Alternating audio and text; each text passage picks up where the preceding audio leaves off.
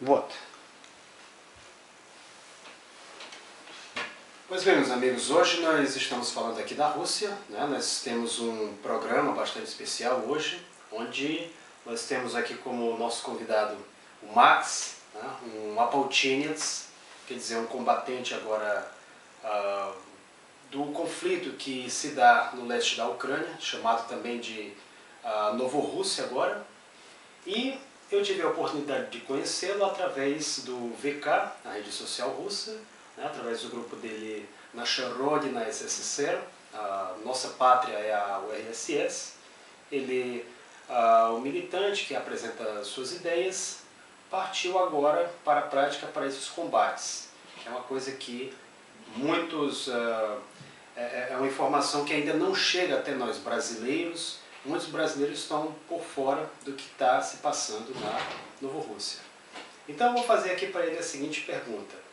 Eu vou pedir para ele contar um pouco sobre o plano de fundo, étnico dele, porque ele, a propósito, é descendente de ucranianos. Макс, у меня такой вопрос к вам. Вы с украинского происхождения, да?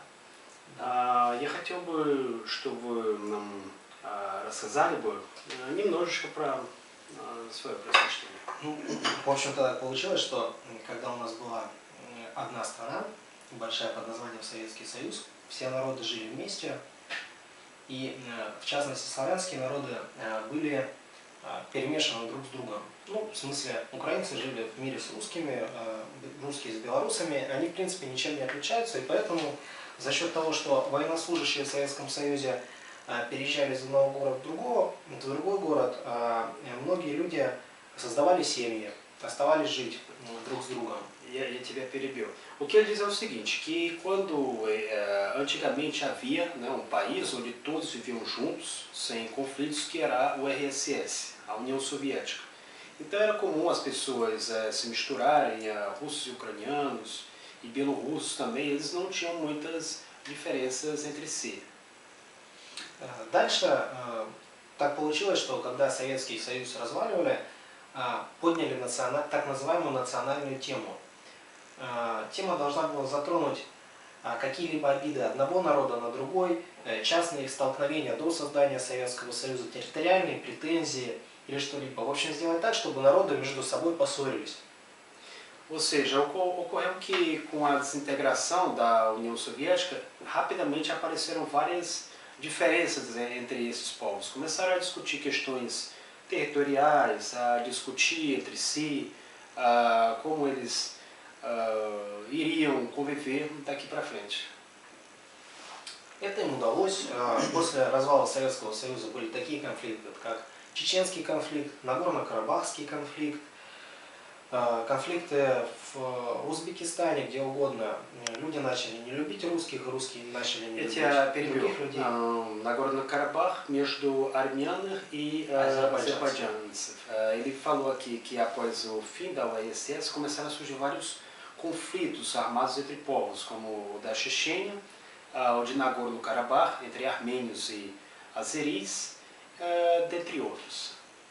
И так вышло, что люди начали ссориться друг с другом. Особенно сильно национальная тема была развита в Украине, поскольку именно в то время там еще оставались в живых люди, которые воевали на стороне немцев. Ou seja, e dentre esses conflitos surgiu a questão ucraniana, né, onde voltaram à tona pessoas que serviram ao lado dos alemães, por exemplo. Люди эти ненавидели русских, и люди эти были маргиналы до поры до времени. На данный момент так получилось, что эти самые маргиналы, которых никто не воспринимал всерьез, в 1991 году инициировали референдум об отделении Украины от Советского Союза, а впоследствии и о охлаждении отношений Украины и России, бывшей части правопреемницы Советского Союза. Вы же про референдум Харькова, да? Нет, в 1991 году Украина провела референдум об отделении УССР от Советского Союза. Pois diz o seguinte, que conforme essas pessoas ligadas aos alemães vieram à tona, a maioria das pessoas odiavam os russos, eram em grande parte marginais que por sua vez apresentavam o ódio contra os russos, e essas pessoas não representam a totalidade ucraniana. Por quê? Porque na Ucrânia houve, em 1991, um referendo sobre separar a Ucrânia da União Soviética ou continuar, mas a maioria dos ucranianos votou a favor da continuidade da União Soviética. И так получилось, что в моей семье сестра родилась на территории Белоруссии, я родился на территории России, хотя родители мои этнически украинцы. Ну, хотя, в принципе, я не делю народы Украины, России и Беларуси. Но так получилось, что мы родители этнические славяне, украинцы, малороссы. Ele fala, por exemplo, que a família dele, embora os pais dele sejam ucranianos, ele nasceu no território da Rússia, a irmã dele nasceu no território da Bielorrússia, e ele, por sua vez, não faz diferença entre russos, ucranianos ou bielorrussos. Para eles, todos são eslavos, né? Os ucranianos, no caso, os pequenos russos, como eram chamados. С детства у меня очень много друзей было на Украине. Ну, в общем-то, каждое лето, по 3-4 месяца я находился там. Огромное количество друзей, огромное количество людей, которые приезжали сюда, в Москву, которые любят меня, знают меня, не только меня, моих родителей. Для них всех было неприемлема та политика ненависти к России, которую им прививают, которая им заставляет принять Киев. Ele menciona como, por exemplo, ele tem muitos amigos na Ucrânia, pessoas que gostam dele, familiares, e para essas pessoas foi bastante inquietante essa política que agora está em vigor na Ucrânia de ódio contra os russos, uma política promovida por Kiev, a capital ucraniana. Кто-то из этих людей так получилось, что в течение 20 лет на Украине, как и в России, как и в других местах, но особенно сильно на Украине проводилась пропаганда эгоизма и любви к себе. Поэтому люди на Юго-Востоке разделились на на два типа людей. Это те люди, которые поддерживают Россию, примерно 30%. Примерно 60% это люди, которые любят Россию, но при этом не хотят ни войны, ничего, им просто ничего не нужно, они живут ради себя. Их называют в России хатоскрайники. От слова хата – дом по-украински, и дом с краю, то есть дом, находящийся с краю, хатоскрайники. И примерно 10%, да даже 8% это люди, которые симпатизируют Киеву, опять же, из-за своих родственников в большинстве, которые находятся там. Ele diz o seguinte, que hoje no leste da Ucrânia há em torno de o que? Há em torno de 30% da população, né, apoia ativamente a Rússia.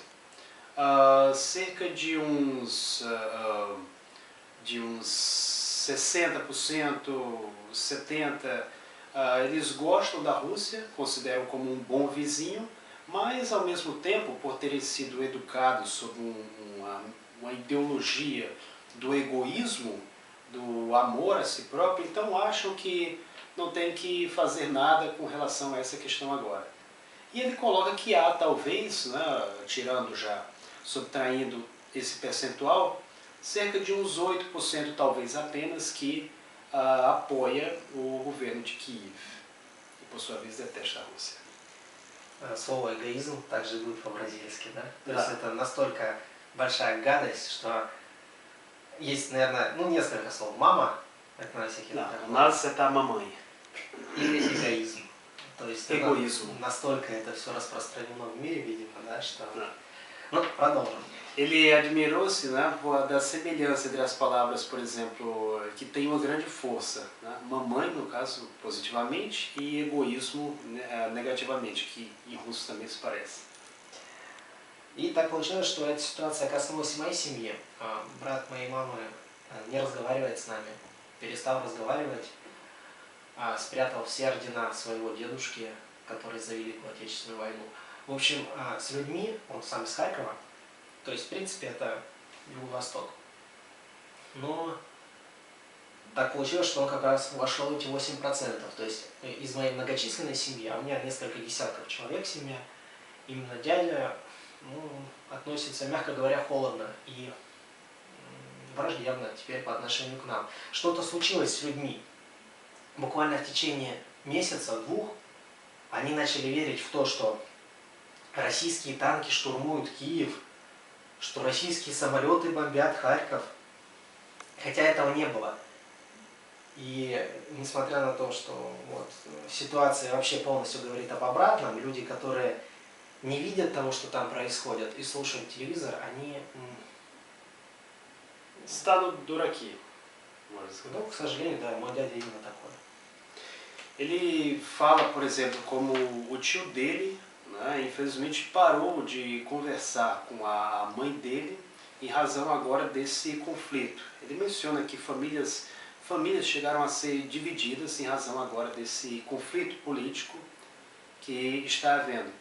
E isso, em parte, foi impulsionado pela televisão, que começou a mostrar notícias absurdas, como por exemplo de que há bombardeiros russos bombardeando Kharkov, de que há tanques russos atacando Kiev, coisas do tipo, que as pessoas veem pela TV e, como essas pessoas não consultam outra fonte de informação, acabam acreditando naquilo.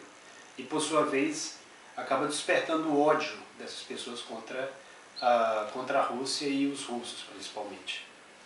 Притом пропаганда настолько сильна на Западной Украине, и они настолько сильно в это верят, что когда военнослужащие карательных батальонов украинских возвращаются домой в свои деревни на Западной Украине, вдоль дорог стоят местные жители на коленях и приветствуют их с флагами.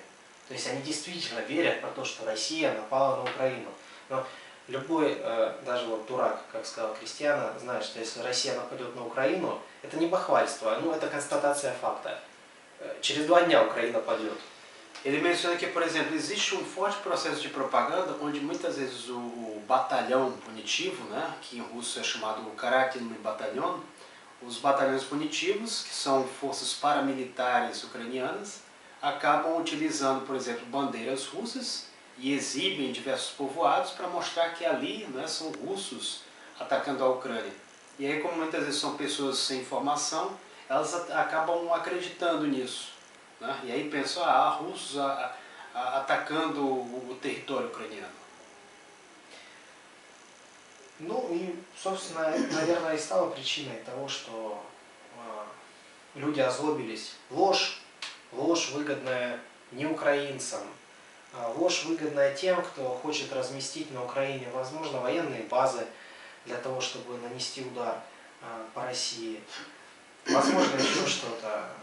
Именно ложь этих людей воздействует на украинцев так, что они становятся к нам враждебными. Действительно, Украина нужна как плацдарм для того, чтобы напасть на Россию. Не потому, что у нас там мания величия, что на нас все нападают. Просто на самом деле, действительно, Россия является огромным кладом ресурсов. Алмазов, золота, серебра, тяжелых металлов, черных металлов, нефти, да, и уран. Это все есть в России. И это огромный лакомый кусок. За всю историю Россия, если я вспомню, что на кого-то нападала, наверное, на Афганистан. И то это с трудом можно назвать нападением. Там другие причины были. Россия действительно никогда ни на кого нападала. Все почему-то нападают на Россию. Ocorre que existe, né, toda essa propaganda, todas essas mentiras, elas não são criadas pelo povo ucraniano, mas sim por pessoas interessadas em estabelecer bases na Ucrânia para, a partir dali, atacar a Rússia. Isso por quê? Porque, como ele bem coloca, a Rússia ela sempre foi atacada por diversos povos. Isso por quê? Porque na Rússia há uma enorme dimensão territorial e na Rússia, né, aqui tem petróleo, tem diamante, tem ouro, tem ferro, enfim, praticamente todo o recurso que você precisar você tem na Rússia. É por isso que ao longo da história diversos povos атакаron país. Маленькая поправка. Помимо всего прочего, еще очень важный ресурс, который есть в России, а он в современном мире важен, это вода, чистая вода. Здесь ее огромное количество. Ele fez um acréscimo aqui, há ainda outro recurso muito importante que há na Rússia, que é água pura. em grande quantidade aqui. Então, quer dizer, por isso é que ao longo dos séculos, né, durante centenas de anos, diversos povos atacaram a Rússia. Mas a Rússia geralmente nunca atacou nenhum.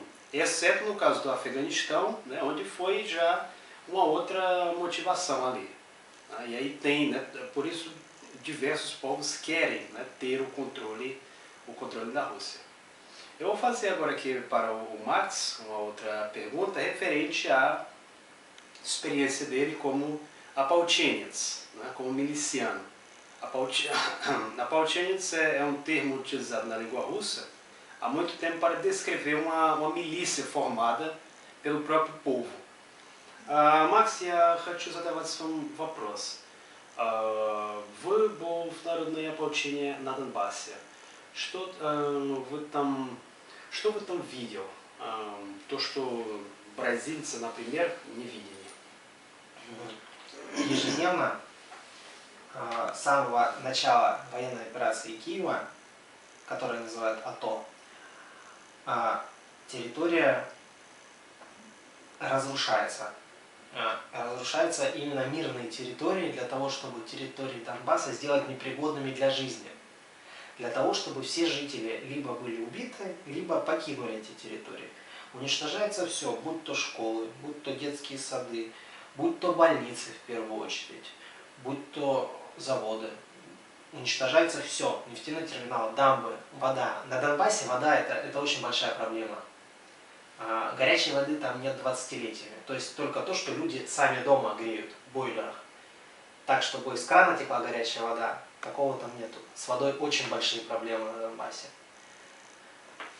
Уничтожаются и дамбы, в первую очередь. Жизнь людей делается невозможной в 21 веке.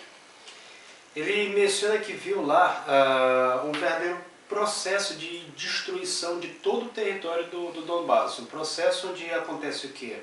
Lá estão sendo destruídas escolas, jardins de infância, fábricas, hospitais em primeiro lugar e até mesmo fontes de água. Isso para quê? Para que o Donbass, que é uma região bastante rica, conforme se sabe, em recursos minerais, ela se torne simplesmente inabitável, para que as pessoas de lá ou morram ou simplesmente saiam de lá. Quer dizer, é isso aí que está fazendo a ditadura do Poroshenko. И местные жители, часть сбежала на территорию Украины, часть сбежала в Россию. Осуждать их или нет, это, я думаю, не дело мирового сообщества или меня лично, потому что у многих есть маленькие дети, у многих есть желание жить. А когда война гражданская, и с обеих сторон идет такая большая накачка информации и пропагандой, человек, который не ходил, не учился в университете, а таких там большинство, человек, который не образованный, он этого всего не понимает, и он становится беженцем. Либо в силу отсутствия финансовых возможностей он остается у себя дома и терпит это все. Другая же часть людей, которые идеологически подкованные, люди, которые мыслят наперед, и люди, которые понимают, что ничего хорошего дальше не будет, записываются и записывались в ополчение. Изначально записывались в ополчение просто приходя на место дислокации ополчения. Потом впоследствии были созданы военкоматы, и на данный момент ополчение уже даже сокращено и сокращается и стало регулярными войсками. Ele menciona que muitas pessoas acabaram se tornando refugiados, muitos habitantes locais acabaram se tornando refugiados tanto na Rússia quanto na Ucrânia. Tanto na Rússia quanto na Ucrânia, e uma outra parte que muitas vezes não dispunha de tantos recursos para fugir, acabou se juntando à milícia popular, né, com o objetivo justamente de defender a sua terra. E justamente dessa milícia popular acabou ocorrendo que, a partir daí, acabou sendo formado um exército regular para o Donbass, para defender essas regiões. То есть, значит, что большинство людей, которые в народной ополчении, это местные жители, в общем-то, люди, у которых не были связи, например, с военных действий, да? Либо местные жители, либо люди, rodivшиеся в этих местах, lибо родственники, близкие этих местных жителей. Pois. Ele menciona que as pessoas que se juntaram à milícia popular eram geralmente pessoas, habitantes locais, parentes de pessoas locais, né? E aí eu faço uma pergunta a ele com relação à solidariedade internacional. E aproveito para fazer uma também relativa ao plano de fundo ideológico. Я задаю вам вопрос. По поводу, например, международная солидарность. Еще вопрос.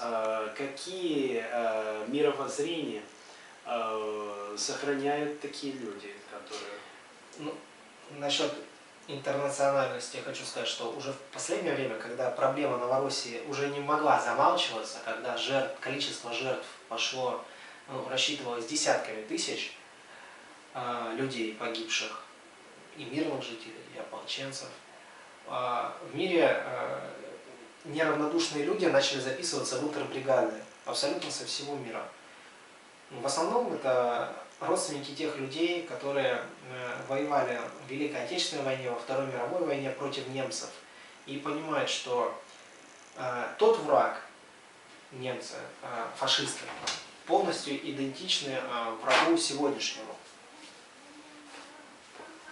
Ele diz o seguinte, que com relação às brigadas internacionais, a maioria das pessoas que se juntaram são pessoas que têm algum parentesco, né, com essas pessoas, ou em alguns casos, uma vez que já não se pode mais se calar sobre esse conflito, já que ele tem dezenas de milhares de vítimas, pessoas solidariamente, de forma solidária, vieram de outras partes do mundo para se juntar a essas brigadas internacionais. Algo análogo como o que aconteceu, por exemplo, na Guerra Civil Espanhola. Что-то аналогично с тем, что произошло в Испании, кажется.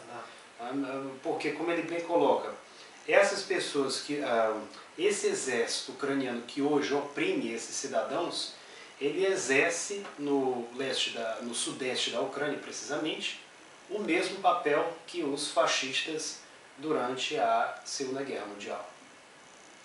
Aí chega a próxima. Na Zapad, eu vou fazer ele a seguinte pergunta.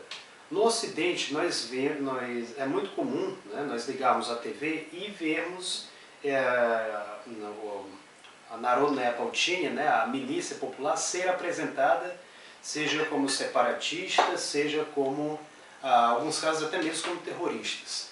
E aí eu vou perguntar a ele o que ele tem a dizer sobre isso.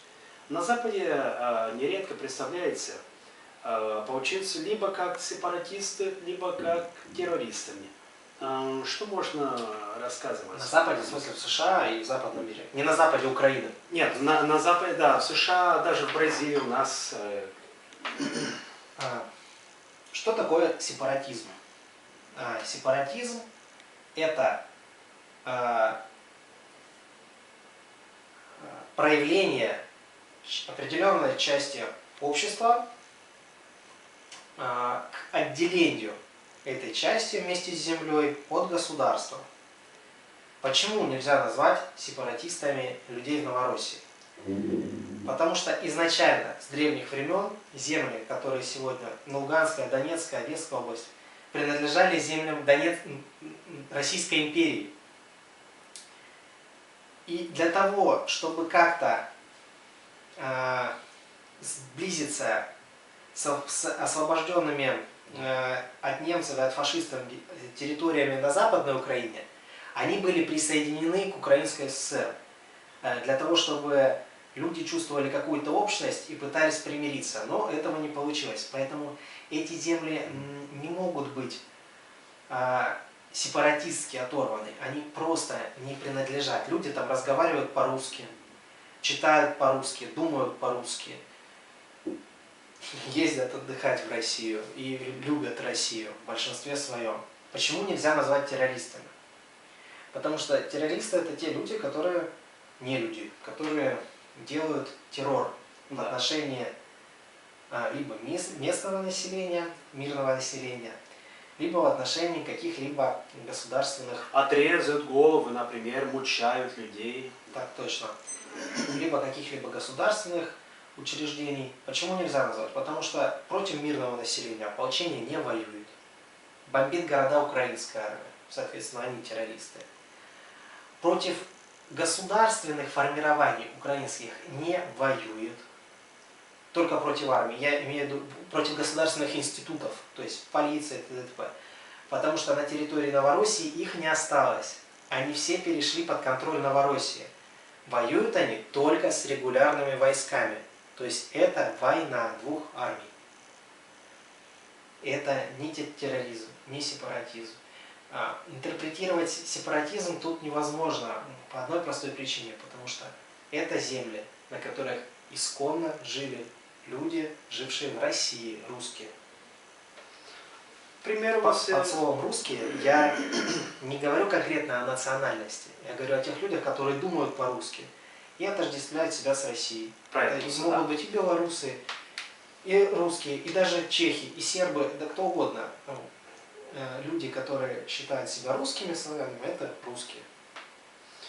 O que ele coloca é o seguinte, em primeiro lugar, não se pode classificar essas pessoas como separatistas. Por que não como separatistas? Porque o separatista é alguém que quer separar é alguém que quer se separar de um Estado.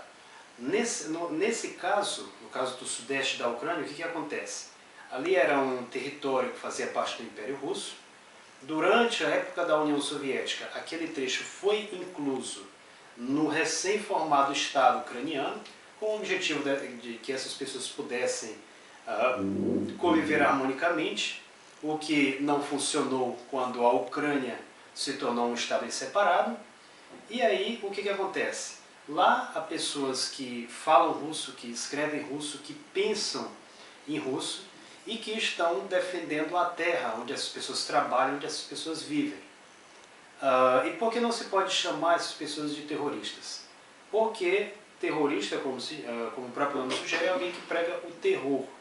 É alguém que tortura, que corta cabeças, por exemplo, como nós vemos no caso do ISIS. Essas pessoas não estão atacando pessoas inocentes, não estão atacando cidadãos de lá. Essas pessoas também não estão querendo acabar com o Estado ucraniano. Essas pessoas estão defendendo a sua terra, estão defendendo cidadãos pacíficos, né? Estão combatendo um exército regular. É um exército regular, não é atacar pessoas ou difundir o terror. Por isso essa colocação de terroristas é absolutamente inviável, né? Nesse caso, como ele bem coloca.